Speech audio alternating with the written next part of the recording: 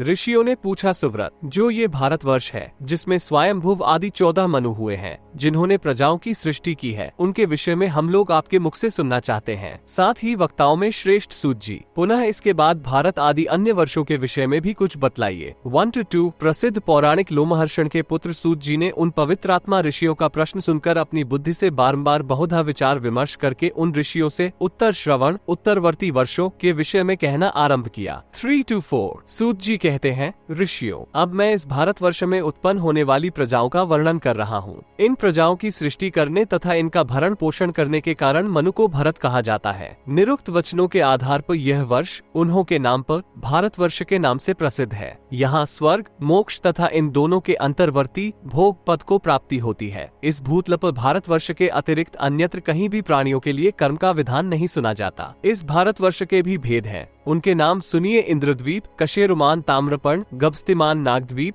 सौम्य द्वीप, गांधर्व द्वीप और वारुण द्वीप, ये 8 तथा उनमें 9वां ये समुद्र से घिरा हुआ भारत द्वीप या खंड है। ये द्वीप दक्षिण से उत्तर तक 1000 योजन में फैला हुआ है। इसका विस्तार गंगा के उगम स्थान से लेकर कन्याकुमारी अथवा कुमारी अंतरीप तक है। ये तिरछे रूप में ऊपर ही ऊपर 10,000 योजन विस्तृत है। इस द्वीप के चारों और सीमावर्ती प्रदेशों में मलयच जातियों की बस्तियां हैं। इसकी पूर्व एवं पश्चिम दिशा में क्रमशः किरात और यवन निवास करते हैं। इसके मध्य भाग में ब्राह्मण, क्षत्रिय, वैश्य और शूद्र विभाग पूर्वक यज्ञ, शस्त्र ग्रहण और व्यवसाय आदि के द्वारा जीवन यापन करते हुए निवास करते हैं। उन चारों वर्णों का पारस्परिक व्यवहार धर्म, अर्थ और काम से संयुक्त होता है और वे अपने अपने कर्मों में ही लगे रहते हैं। यहाँ कल्प सहित 5 वर्णों ब्रह्मचर्य, गृहस्थ, वानप्रस्थ, योगी और सन्यासी तथा आश्रमों का विधि पूर्वक पालन होता है। इस द्वीप के मनुष्यों की कर्म प्रवृत्ति स्वर्ग और मोक्ष के लिए होती है 5-14। इस मानव द्वीप को जो त्रिकोणाकार फैला हुआ है, जो संपूर्ण रूप में जीत लेता है, वो सम्राट कहलाता है। अंतरिक्ष पर विजय पाने वालों के लिए ये लोक सम्राट कहा गया है और यही लोक स्वराट के नाम से भी प्रसिद्ध है। अब मैं इसका पुनः विस्तार पूर्वक वर्णन कर रहा हूँ। इस महान भारतवर्ष में स्वत विश्वविख्यात कुल पर्वत है। महेंद्र मला, शुक्तिमान, वानविद्य और परिवारे ये कुल पर्वत हैं। इनके समीप अन्य हजारों पर्वत हैं। इनके अतिरिक्त अन्य भी विशाल एवं चित्र विचित्र शिखरोवाय पर्वत हैं तथा दूसरे कुछ उनसे भी छोटे हैं जो निम्न पर्वतीय जातियों के आश्रयभूत हैं। इन्हीं पर्वतों से संयुक्त जो प्रदेश हैं उनमें चारों ओर आर्य एवं मलयच जातियां निवास करती हैं, जो इन आगे कही जाने वाली नदियों का जल पान करती हैं, जैसे गंगा, सिंधु, सरस्वती, शद्रु, सतलज, चंद्रभागा, चिनाब, यमुना, सरयू, इरावती, रावी, वितस्ता, झेलम, विपाशा, व्यास, देविका, कुहू, गोमती, धूतपापा, धोपाप, बाहुदा, दृष्टवती, कौशिकी, कोसी,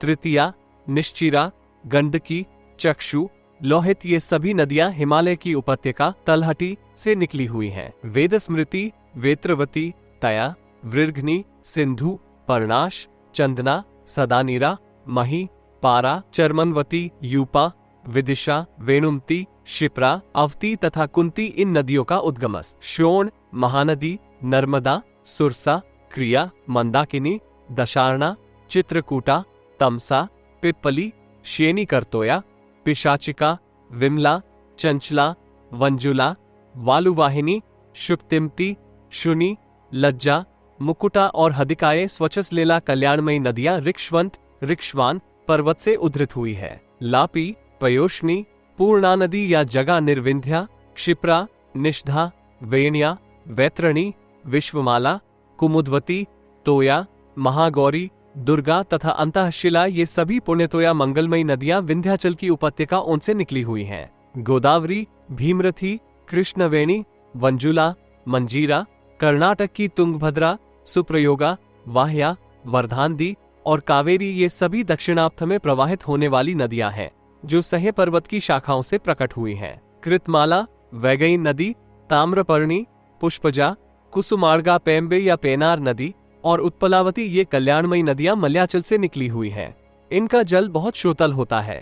त्रियाम, ऋषिकुल्या, इशला, त्रिडिव, अचला, लांगलिनी और वंशधरा, ये सभी नदियां महेंद्र पर्वत से निकली हुई मानी जाती हैं। ऋषिका, सुकुमारी, मंडगा, मंदवाहिनी, कृपा और पलाशिनी, इन नदियों का उगम शुतिम पर्वत से हुआ है। ये सभी पुण्यतोया नदियां पुण्यप्रद, सर्वत्र बहने वाली तथा साक्षात या परंपरा से समुद्रगामिनी हैं। ये सब की सब विश्व के लिए माता सदृश हैं तथा इन सबको कल्याणकारिणी एवं पापहारिणी माना गया है। 2533 अथवा इनकी सैकड़ों हजारों छोटी बड़ी सहायक नदियां भी हैं, जिनके कछारों में कुरु, पांचाल, शाल्व, सजानगल, शूरसेन, भद्रकार, बाह्य, सहपटच, मत्स्य किरात, कुंती, कुंतल, काशी, कोसल, आवंत, कलिंग, मूक और अंधक ये देश अवस्थित हैं, जो प्रायः मध्य देश के जनपद कहलाते हैं। ये सह्य पर्वत के निकट बसे हुए हैं। यहाँ गोदावरी नदी प्रवाहित होती है। अखिल भूमंडल में ये प्रदेश अत्यंत मनोरम है। तत्पश्चात गोवर्धन, मंदराचल और श्री रामचंद्र जी का प्रियकारक गंधमादन पर्वत है, जिस पर मुनिव भरद्वाज जी ने श्रीराम के मनोरंजन के लिए स्वर्गीय वृक्षों और दिव्य औषधियों को अवतरित किया था। उन्हीं मुनिव के प्रभाव से वो प्रदेश पुष्पों से परिपूर्ण होने के कारण मनोमुग्धकारी हो गया था। बाहलीक, बल्ख, वाधान, आभीर, कालतोयक, पुरंध्र, शूद्र, पल्लव, आतखंडिक, गैंगधार, यवन, सिंधु, सिंध, सौवीर, सिंध का उत्तरी भाग, मद्रक, पंजाब का उत्तरी भाग, शक, दुह्य, ययाति पुत्र दुह्यु का उत्तरी भाग पश्चिमी पंजाब, पुलिंद, पारद, आहार मूर्तिक, रामठ, कंटकार, कैके और दशनामक ये क्षत्रियों के उपनिवेश हैं तथा इनमें वैश्य और शूद्र कुल के लोग भी निवास करते हैं। इनके अतिरिक्त कंबोज, अफगानिस्तान, दरद, बर्बर, पहल्व, ईरान, अत्री, भरद्वाज, प्रस्थल, कसेरक, लंपक, तलगान और जांगल सहित सैनिक प्रदेश ये सभी उत्तरापथ के देश हैं। अब पूर्व दिशा के देशों को सुनिए। अंग, भागलपुर, वंग, बंगाल, मदगुर्क, अंतरगिरी, बहिगिरी, प्लवंग, मातंग, यमक, मालवर्णक, सुज, उत्तरी असम, प्रविजय, मार्ग, वागे, मालव, प्राग ज्योतिष, आसाम का पूर्वी भाग, पुंड, बांग्लादेश, विदेह, मिथिला, ताम्रलिक, उड़ीसा का उत्तरी भाग, शाल्व, मागब और गोनद ये पूर्व दिशा के जनपद है। 34 to 46 LL इनके बाद अब दक्षिणाप्त के देश बतलाए जा रहे हैं। पांड्य, केरल, चोल, कुल्य, सेतुक, मूशिक, कुपथ, वाजिवासिक, महाराष्ट्र, माहिपक, कलिंग, उड़ीसा का दक्षिणी भाग, आभीर, सहशीक, आट्व्य, शव, पुलिंद, विंध्यमुलिक, वैदर्भ, विदर्भ, दंडक, कुलिय, सिराल, अश्मक, महाराष्ट्र का दक्षिण भाग, भोगवर्धन, उड़ीसा का दक्षिण भाग, तैतिरिक, नासिक तथा नर्मदा के अंतः प्रांत में स्थित अन्य प्रदेश ये दक्षिणाप्त के अंतर्गत के देश हैं। भारुकच, माहेय, सारस्वत, काछीक, सौराष्ट्र, आनत और अर्बुद ये सभी अपरांत प्रदेश हैं। अब जो विंध्यवासियों के प्रदेश हैं उन्हें सुनिए। मालव, करुष, मेकल, उत्कल, ओंडू, उड़ीसा, माप, दशार्ण, भोज, किष्किंधक, तोशल, कोसल, दक्षिण कोसल, त्रैपुर, वैदिश, भेलसा राज्य, तुमूर, तुम्बर, पद्म, नैषद, अरूप, शौंडिकेर, वीतिहोत्र तथा अवंती ये सभी प्रदेश विंध्य पर्वत को घाटियों में स्थित बतलाए जाते हैं। इसके बाद अब मैं उन देशों का वर्णन कर रहा हूँ जो पर्वत पर स्थित हैं। उनके नाम है निराहार, सर्वग, कुपथ, अपथ, कूथप्रावरण, ऊर्नाडव, समुद्रक, त्रिगत, मंडल, किरात और चामर। मुनियों का कथन है कि इस भारतवर्ष में सत्ययुग, त्रेता, द्वापर और कलयुग इन 4 युगों की व्यवस्था है। अब मैं उनके वृतांत का पूर्णतया वर्णन कर रहा हूँ। 47 to 58 मत्स्य भगवान ने कहा, राजर्षि सूत जी द्वारा कहे हुए इस प्रकरण को सुनकर मुनियों को और भी आगे सुनने की उत्कट इच्छा उत्पन्न हो गई। तब वे पुनः लोमहर्षण पुत्र सूत जी से बोले। 59 ऋषियों ने पूछा, वेदताओं में श्रेष्ठ सूत जी, आपने भारतवर्ष को वर्णन कर दिया, अब हमें किमपुरुष वर्ष हरिवर्ष विषय में बतलाइए।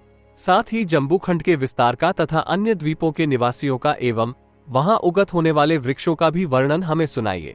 उन ब्रह्मर्षियों द्वारा इस प्रकार पूछे जाने पर सूत जी ने उनके प्रश्न के अनुकूल जैसा देखा था तथा जो पुराण सम्मत था वैसा उत्तर देना प्रारंभ किया। 60 to 62 सूत जी कहते हैं, अहमणो, आप लोग जिस विषय को सुनना चाहते हैं उसे बतला रहा है, आलस्य रहित होकर श्रवण कीजिए। जम्बूवप और किमपुरुषवर्ष ये दोनों अत्यंत विशाल एवं नंदन वन की भांति शोभा संपन्न है। इनमें किमपुरुषवर्ष में मनुष्यों की आयु 10,000 वर्ष की बतलाई जाती है। वहाँ जन्म लेने वाले मनुष्य भली भांति तपाए हुए सुवर्ण की सी कांति वाले होते हैं। उस पुण्यमय किमपुरुषवर्ष में एक पाकड़ का वृक्ष बतलाया जाता है जिससे सदा मधु टपकता रहता है। उसके उस उत्तम रस को सभी किमपुरुष निवासी पान करते हैं। जिसके कारण वे निरोग, शोक रहित और सदा प्रसन्नचित रहते हैं। वहाँ पुरुषों के शरीर का रंग सुवर्ण जैसा होता है और स्त्रियां अप्सराओं जैसी सुंदरी कही गई हैं। उस किमपुरुष वर्ष के बाद हरिवर्ष बतलाया जाता है। वहाँ सुवर्ण की सी कांति से युक्त शरीर वाले मानव उत्पन्न होते हैं। वे सभी देवलोक से च्युत हुए जीव होते हैं और उनके विभिन्न प्रकार के रूप होते हैं।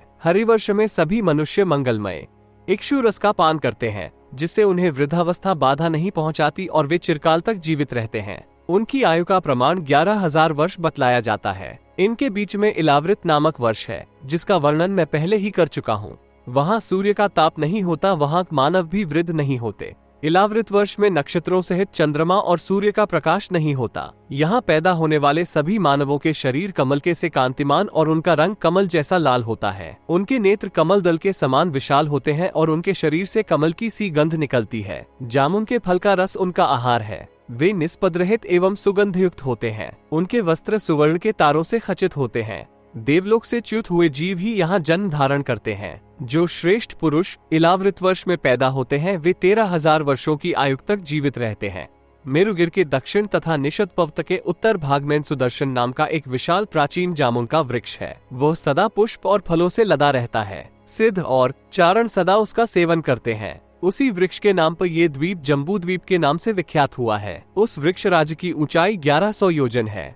वो महान वृक्ष स्वर्गलोक तक व्याप्त है। उसके फलों का रस नदी रूप में प्रवाहित होता है। वो नदी मेरु की प्रदक्षिणा करके पुनः उसी जम्बू के मूल पर पहुंचती है। इलावृत वर्ष में वहां के निवासी सदा हर्षपूर्वक उस जम्बूर्स का पान करते हैं। उस जम्बू वृक्ष के फलों का रस पान करने के कारण वहां के निवासियों को वृद्धावस्था बाधा नहीं पहुंचाती, न उन्हें भूख लगती है और न थकावट ही प्रतीत होती है तथा न किसी प्रकार का दुख ही होता है। वहाँ जाम्बूनद नामक सुवर्ण पाया जाता है, जो देवताओं के लिए आभूषण के काम आता है। यह इंद्रगोप बीरबहूटी के समान लाल और अत्यंत चमकीला होता है। उस वर्ष के सभी वृक्षों में इस जामुन वृक्ष के फलों का रस परम शुभकारक है। यह वृक्ष से टपकने पर निर्मल सुवर्ण बन जाता है, जिससे देवताओं के आभूषण बनते हैं। ईश्वर की कृपा से वहां की भूमि 8 दिशाओं में सब और इलावृत निवासियों के मूत्र, विष्ठा और मृत शरीरों को आत्मसात कर लेती है। राक्षस, पिशाच और यक्ष ये सभी हिमालय पर्वत पर निवास करते हैं। हेमकूट पर्वत पर अप्सराओं सहित गंधर्वों का निवास जानना चाहिए तथा शेष, वासुकी और तक्षक आदि सभी प्रधान नाग भी उस पर स्थित रहते हैं।